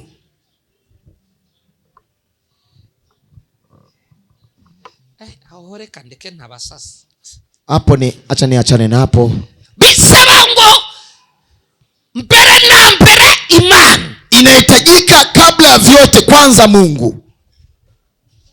suko nibanza, si kwamba najitanguliza ngo nyibuke nyuma, nimkumbuke baadaye Mungu. ahubwo mbere na mbere Imana, kwanza kabla ya vyote kwanza Mungu. Biblia igaragaza ko inaonesha kuwa umuntu ugiye kwishyura ikigira 10, mtu wa kwenda kulipa fungu la 10 akwiye gushyiraho amande, anafaa kuweka pia na faini.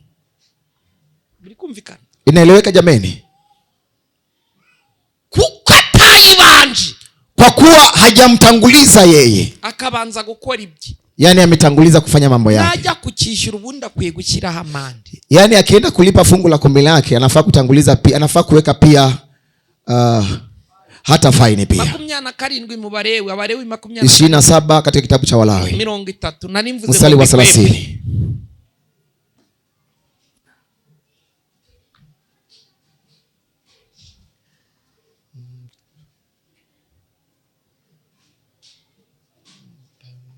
Habuzu hasoma, amekosa mtu wa kusoma.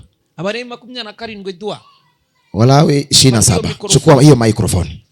hera 30 twumve. Anzia mstari wa 30 nisikie. Ihuti.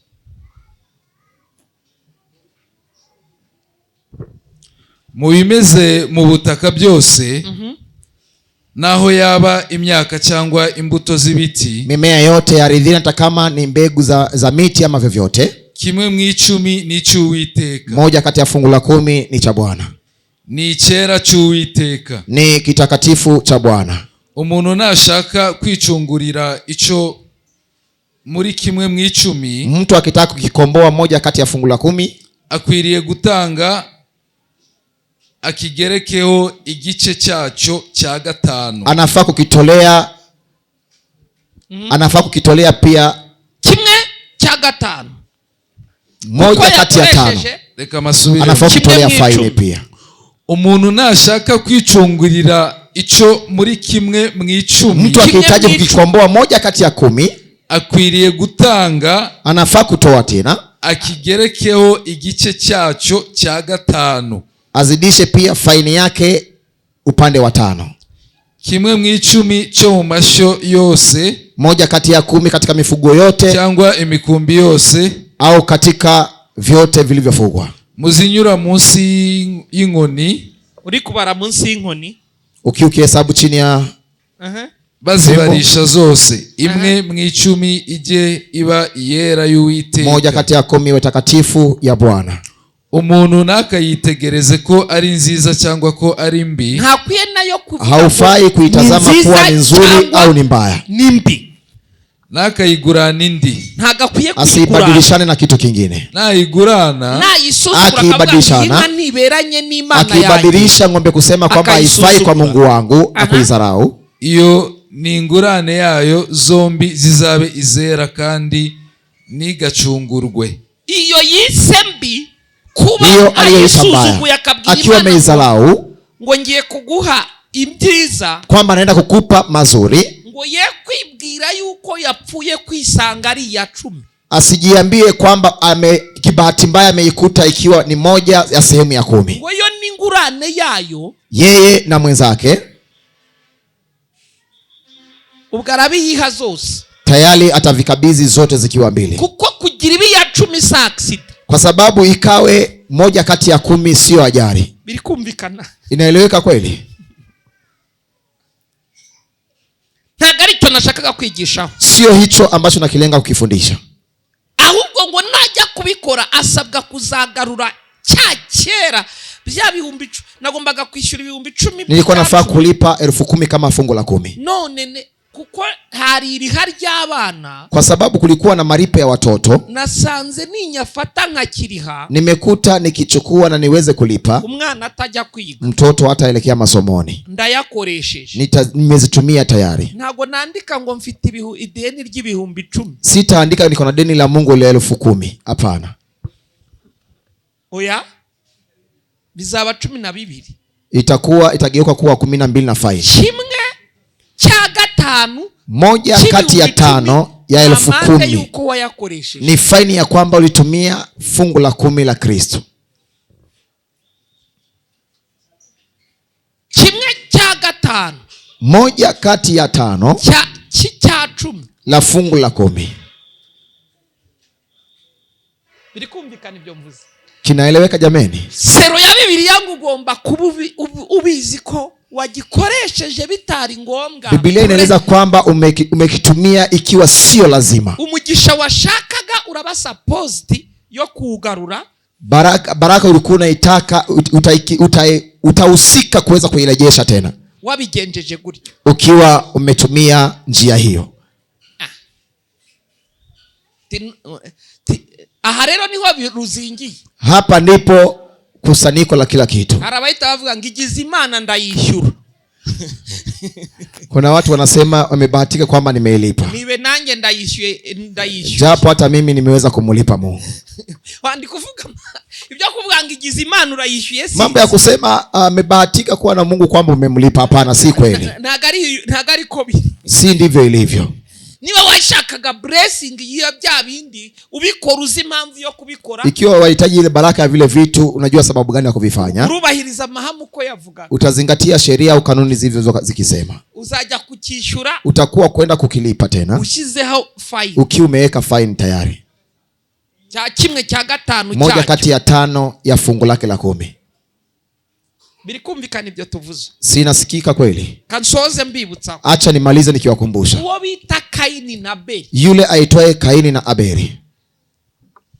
Kaini na Abeli musoma mwitangira. Huyu Kaini na Abeli msomaye katika kitabu cha Mwanzo. Icyo Abeli yarazi ni premiere. Kile Abeli alikuwa anakijua ni cha kwanza.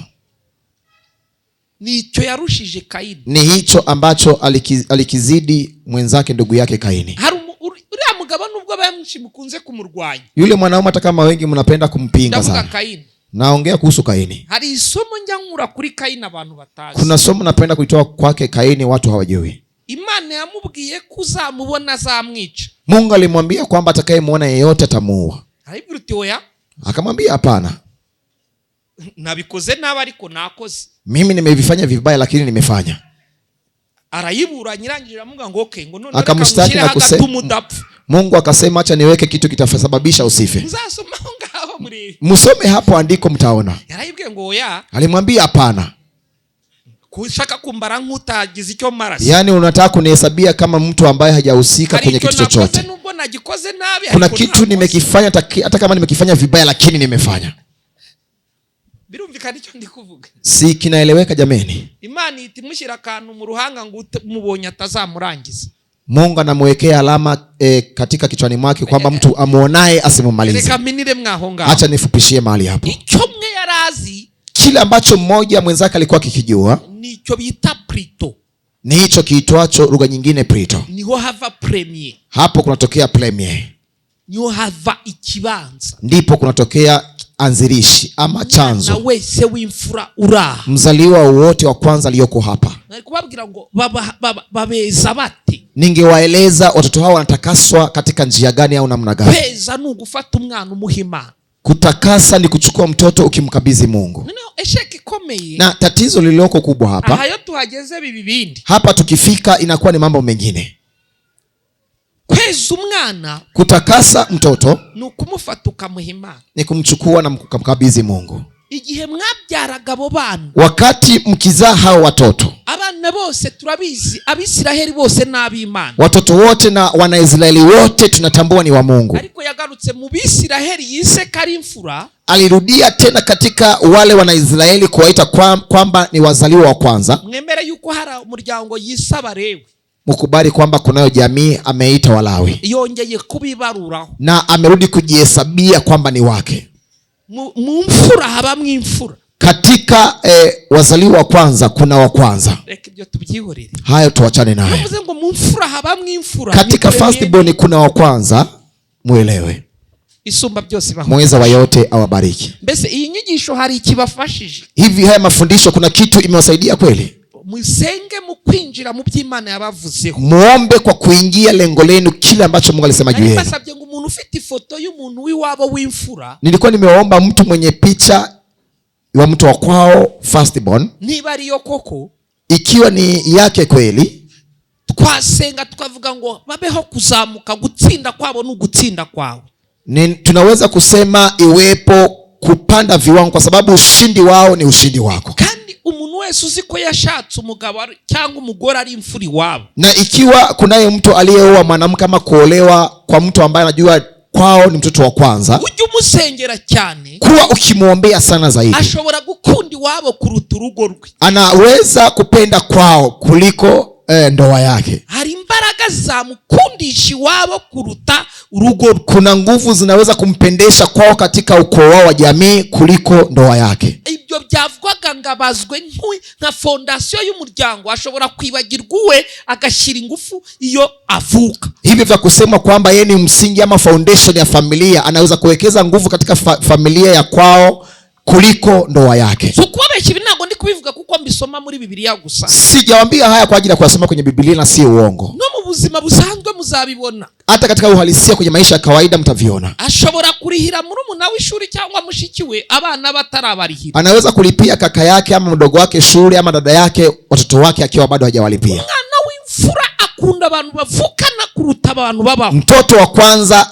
anapenda ndugu zake ama wanaomfuata kuliko yoyote yule anayepatikana. Ikibazo nuko mwebwe ahubwo urukunda bakunda atari rwo mu mukunda. Tatizo ni kwamba nyinyi upendo huo brother yenu mkubwa naye wapenda sio ndio upendo mnaompenda. Yavukana n'abanyantege nke baramuprofita. Yeye akiwa anazaliwa na watu wadhaifu wanabahatika kupitia kwake. Birumvikana. Bamuprofita kuva ari mutoya akarinda saza bakimu-exploit. Yani wanabahatika kupitia toka angali mdogo paka kuendelea. Reka twisengere. Acha tuweze kuomba. Ndashaka gusenga mvuga ng'imfura zose zicaye aha. Nahitaji kuomba nikisema firstborn wote walioko mahali hapa. Umugisha Imana bavugaho. Baraka Mungu aisemayo juu yenu. Komera kose Imana bavugaho. Ukuu wote Mungu anautamka juu yenu. Ibibe kuri mwe vikawepo katika nyinyi. Buri gisubizo cya benshi. Kila jibu lote, wewe ni jibu lote la wengi. Ntagururiwe wese. Wewe sio mtu uliye yeyote. Benshi bazatabarwa bikunyuze. Wengi watasaidika kupitia wewe. Benshi bazabona ubuzima bikunyuze. Wengi watapata uzima kupitia wewe. Katika jina la Yesu pokea ushindi. Nona muri aya magambo. Kwa sasa katika maneno haya. Uruwiteka. Wewe ni wake Bwana. Satani ntakagira ijambo kuso. Shetani asiwe na utawala juu yako. Ikurwanya turayirwanyisha. Roho ya kukupinga tunaipinga. imbaraga zikwataka turazataka. Nguvu zinakuataki tunaziataka. niba iwanyu hari imfura yivuge mu izina. Ikiwa kwenu kuna fasi bali mtaje kwa jina lake. Isengere. Kama mtoto wa kwanza jiombe. niba warabyaye vuga ya mfura yawe. Kama ulizaa tamka na mtoto wako. gerageza hagira icyo muvuga. Jaribu kutamka neno lolote. isengesho ryeza abo bantu. Kuna ombi la kutakasa hao watu. Data mu izina Baba kwa jina la Yesu. rino teraniro twasenze. Hii ibada tuliyokusanyika leo. kurigirira isanzwe. Tumekataa kulifanya la kawaida. turigize iteraniro rya gihanuzi. Tumelifanya ibada la kinabii. kandi ririgira gihanuzi. Na pia tukifanya kinabii. kubihereye muri fondasiyo. Kuanzia katika misingi. kuva muri fondasiyo. Toka kwenye misingi. imfura iwacu. Fasi boni kwetu. zaserutse ngo zigaragaze ko bishoboka. Zimetokelezea kuonyesha kwamba inawezekana. ahangaha. Kwa sasa leo. niba bakomeye. Wao watu wakuu. niba badasanzwe. Wao watu wasio kawaida. bazamuke babe hejuru. Wapande viwango wakawe juu. kibateka turayata. Mara ya kuwashambulia tunaikataa. kibarwanya turayirwanya. Mara ya kuwapinga tunaipinga. izina rya Katika jina la Yesu. turakuye ubuzima. Tunaachilia uhai. turakuye ubutsinzi. Tunaachilia ushindi. turakuye inkomezi. Tunaachilia mamlaka. izina rya yesu. Katika jina la Yesu. turahoza. Tunafungulisha. turahoza. Tunafungulisha. turahoza imfura zacu. Tunafungulisha wazaliwa wa turahoza kwanza. imfura z'abatuvuka. Tunafungulisha wazaliwa waliozaliwa. kibatatse. Maroho imewashambulia. turayikubita hasi. Tunaipiga chini kwa sasa. izina rya yesu. Katika jina la Yesu. turakura umugisha. Tunaachia baraka. izina rya yesu. Katika jina la Yesu. turakura ubuzima. Tunaachia baraka. izina rya yesu. Katika jina la Yesu. turakura ubutabazi. Tunaachia usaidizi. izina rya yesu. Katika jina la Yesu. haboneka impinduka. Nina palipo mabadiliko. hari imiryango yafunzwe. Kuna milango imefungwa. ifungirwa mu isoko. Kufungiwa katika chemichemi. nta turafungura. Kwa sasa tunaifungulisha. isoko y'ahantu ukomoka. Chemichemi tunakozaliwa. turayisibuye. Tunaifungulisha. turayisibuye. Tunaifungulisha. dusengeye imfura z'iwacu. Tunaombea watoto wa kwao. turazisibuye. Tunaifungulisha. turazisibuye. Tunazifungulisha. imfura iwacu turabazibuye. Kwa kwanza kwetu tunafungulisha. tubahanzi turamusiburiye. Pia tunafungulisha wote. izina rya yesu. Katika jina la Yesu. imfura iwanjye ndazibuye. Mtoto wa kwanza kwangu nafungulisha. n'abazamukomokaho. Wote tutakayotokea kwako. turazibuye. Tunafungua. imfura z'abisirayeli ndazibuye. Wazaliwa kwanza wa Israeli nafungua. imiryango yacu turazibuye. Wazaliwa kwanza kwenye familia nafungua. iteraniro rya gihanuzi. Tunafanya ibada ya kinabii. ifunguye imfura. Tunafungulisha kutoka kwako. ifunguye iyo migisha. Tunafungulisha hizo baraka. turafunguye. Tunafungulisha. turafunguye. Tunafungulisha. turafunguye. Tunafungulisha. izina ryawe rihabwa icyubahiro. Jina lako litukuzwe. ndagushimiye yesu. Nakushukuru Yesu kubwo kugira neza kwawe. kwa ajili ya neema yako. ndagushimiye yesu. Nakushukuru Yesu kubwo kwihesha icyubahiro. kwa ajili ya kujitukuza Yesu. nyuma y'aya magambo Sikia maneno haya. yaherekeresha ibimenyetso n'ibitangaza. Yasindikize kwa ishara na miujiza. mu izina rya Katika yesu jina lako Yesu. bimenyekane kugize Na neza. ikajulikane umetenda wema. urakoze yesu. Asante Yesu. tugukomeye amashyi tukuvugisha Tunakupigia makofi kwa shangwe na mu vigeregere. izina rya yesu. Katika jina lako Yesu Kristo. amen. Amen. amen. Amen. yesu abaho umugisha. Yesu awabariki. nimubishobora Endapo mkiweza, musange umutambyi cyangwa umupasiteri. mkute mchungaji ama kuhani mumurike imfura. na mkaweze kukabidhi wale wazaliwa wa kwanza. urabatanga ituro ryo kubahumanura. Utatoa sadaka la kuweza kuwatakasa. mariko 1 Kitabu cha Marko 1:44. wumvaga guhumana asanga umutambyi agatanga ituro ry'ishimwe ryo guhumanuka. Yule wa kupata mkoshi huo anaweza kutoa kwa sadaka, aweze kutolewa ikerejwe imana. kutakaswa. Balewi 27 muhere rimwe mugeze 6. 27 anzia 4 au 5 mpaka 6. Abalewi 27 rimwe mugeze 6. Walewi 21 anzia 1 mpaka 6. Some ibyanditswe mukora ibyo mugomba gukora. Soma andiko hizo zote, mfanye jambo mnafaa kulifanya. Imana ibashoboje. Mungu akawawezeshe. Imana ibagirire neza. Mungu akawatende wema. yagura imbago zanyu. Apanue mipaka yenu. hari abantu benshi nagatahaye ama message. Kuna watu wengi ambao ningepatiana ujumbe kwao, ariko dufite wa gatatu dasanzwe. lakini tuko na siku ya Wednesday siyo kawaida. kuva saa 9 tutaanza kutoka saa 3 asubuhi. saa 6 tuzasenga. Saa 6 tutatenga maombi tukuombe. saa 9 nzabwiriza. Saa 9 nitahubiri. tuzasenga, tutaomba pia. Nyuma yo kubwiriza, baada ya kuhubiri, isaa zo gutaha ntazo tuzi, masaa ya kufunga ibada hatujui. Uzumva arushe azataha, yule atasikia kwamba amechoka atarudi nyumbani. Tutamara kubwiriza twe dusenge mpaka, tutamaliza kuhubiri sisi tuombe paka kabisa. Kandi umunyempano wese uraha azaze yiteguye. Yeyote mwenye karama hapa aje akiwa amejitayarisha kuweza kutumika. Tugomba gusenyera buri kimwe cyose. Tunafaa kuombea ama kubomolea kila kitu chochote. Muzamuri biganza hejuru. Padisheni mikono juu. Ndashaka kubasabira umugisha mu ntango z'ukwezi. Nahitaji kuwatakia baraka katika mwanzo wa mwaka huu wa pili. Iyo twateranye murabizi. Tunapokusanyika kwenye ibada mnajua. Hari jambo dusoma ryo mu Kuva. Kuna neno tunalisoma katika kitabu cha Kutoka. Kubara 6. Kitabu cha Hesabu 6. Tubikore twahagaze. Tuyafanye hayo kwa kusimama. Mugize umugisha udasanzwe. Mumepata baraka isiyo ya kawaida. Yo gutangirana icyumweru. Ya kuanzana wiki. Mukagitangira by'umwihariko ari ku itariki ya mbere. Wiki hiyo mnaianza vya kipekee katika tarehe hii ya kwanza. Wabyumvamo umugisha ngakomere Kristo amashi. Yule akusikia kama baraka pigia Kristo makofi. Some kuri 20 kubara 6:20. Hesabu 6:20. Dusere 24. Tuanzie 24. Mvuko Biblia itubwira ni Biblia imetuambia nini ndivyo tunasoma. Kandi nani nabasabye yuko aya magambo muyamenyera. Nilikuwa nimeomba maneno haya muyazoee. Twara yababwirije. Tuliweza kuwahubiria ama kuambia maneno haya kwenye mahubiri. Gutera imbere kwawe suko wakoze cyane gusa. Kupiga hatua na kuendelea kwako mbele si kwamba umefanya kazi sana. Nukugomba kuba umunyamugisha. Ni kwamba unafaa kugeuka ama kufanyika mtu wa baraka sana. Hii wiki ikageuka ya baraka kwenu. Kwezi mutangiranye kuba kudasanzwe. Huu mwezi mumeanzana uwe usio kawaida kwenu. Biblia inatubwiye ngo Uwiteka guha umugisha kurinde. Biblia inatuambia Bwana akubarikie na akukulinde. Uwiteka akumurikishirize mu maso he. Bwana akugeuzie nuru ya uso wake akutende wema.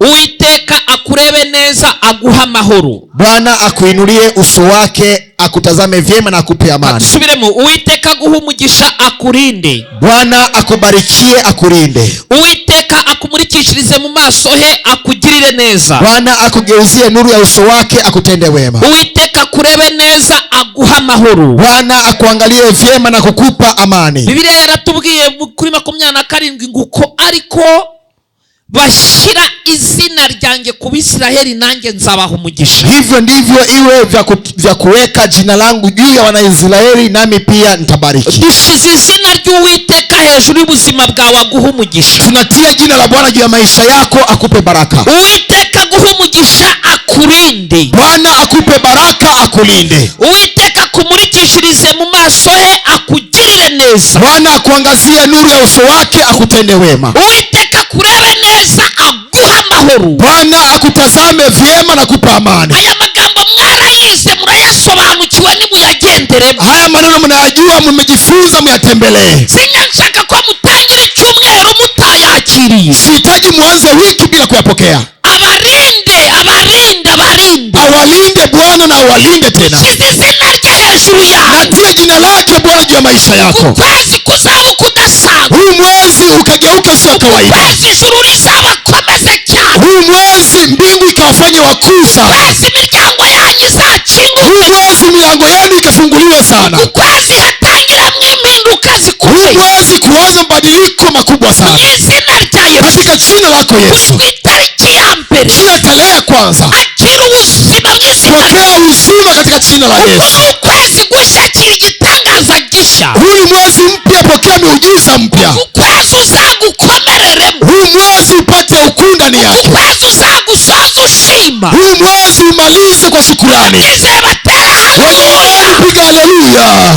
Hagera bamuranga izina ry'Uwiteka riri hejuru y'ubuzima bwawe. Jina la Bwana liko juu ya maisha yangu. Izina ry'Uwiteka riri hejuru y'ubuzima bwawe. Sema jina la Bwana liko juu ya maisha yangu. Narabwiye ngo igihe mwananiwe kubasha gusenga. Nimewaambia wakati mtashindwa kuomba muri uyu mwaka. Katika huyu mwaka. Mujye muhamagara abapasiteri babavuge haya magambo. Muwe mkiita wachungaji watamkie maneno haya. Mugomba gukomera. Munafaa kukoma. Abana bawe. Watoto wako. Tubavuga hayo magambo barizi batanabizi. Watamkie maneno hayo wayajue wasipoyajua. Mugomba kusamuka mukagera hejuru. Munafaa kupanda viwango na kufika mbali. Kuhabwa umugisha ni kimwe. kubarikiwa ni kitu kimoja, uburinzi bw'uwo mugisha ni ikindi. Ulinzi wa baraka hiyo ni kitu kingine. Kama vivangi guha umugisha ikurinde. Ndio sababu nasema akubarikie na akulinde. Iyo bavuga ikumurikishirize mu maso hayo, nikisema kuangazie nuru ya uso wake, ikugirire neza na akutende wema, ikurebe akuangalie kandi akureba kugirire neza, na pia akutazame vyema na kukutenda wema, na akakupe amani. Wewe gira mahoro, uwe na amani, uwe mahoro, na uwe amani. Izina ry'Uwiteka nirikomeho, jina lake Bwana likao juu yako daima. Tega mikono yenu mbele. Urwaye wese yakire, yeyote aliye mgonjwa pokea uponyaji. Urayo mahoro wakire, katika amani hiyo pokea uponyaji katika jina lako Yesu. Neema mfalme wetu Yesu Kristo, kwera kwa gufashwa na mwuka wera mtakatifu na kusaidia na roho wake mtakatifu, nibibane nawe, uwe pamoja nawe katika jina lako Yesu. Amen. Amen.